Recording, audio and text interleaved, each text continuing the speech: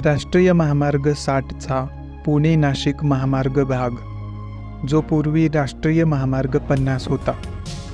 पुणे नाशिक महामार्ग दोन्ही शहरांमधील अंदाजे 210 ते 214 किलोमीटर अंतर व्यापतो.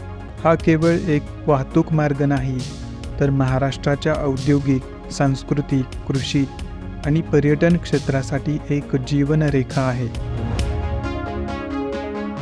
नाशिक फाटा ते खेड किंवा राजगुरुनगर यामध्ये मोशी, कासारवाडी, चाकण इत्यादी भागात वाहनांची संख्या आणि गर्दी फार जास्त असते.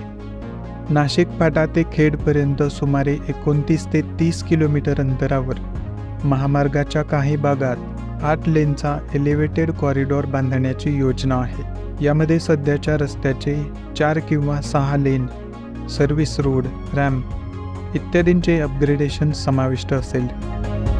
यानंतर या मार्गावरील सध्याचा प्रवास, जो की 1.5 ते 2 तास आहे, तो सुमारे 20 मिनिटांपर्यंत कमी होण्याची अपेक्षा आहे. या उन्नत रुंदीकरण प्रकल्पाची किंमत 7,827 कोटी इतकी आहे. बायपास आणि उन्नत कॉरिडॉरमुळे शहरे किंवा स्थानिक रस्त्यांवरून जाणारी वाहतूक कमी होईल. विकसनशील उपनगरांमध्ये गर्दी कमी होईल.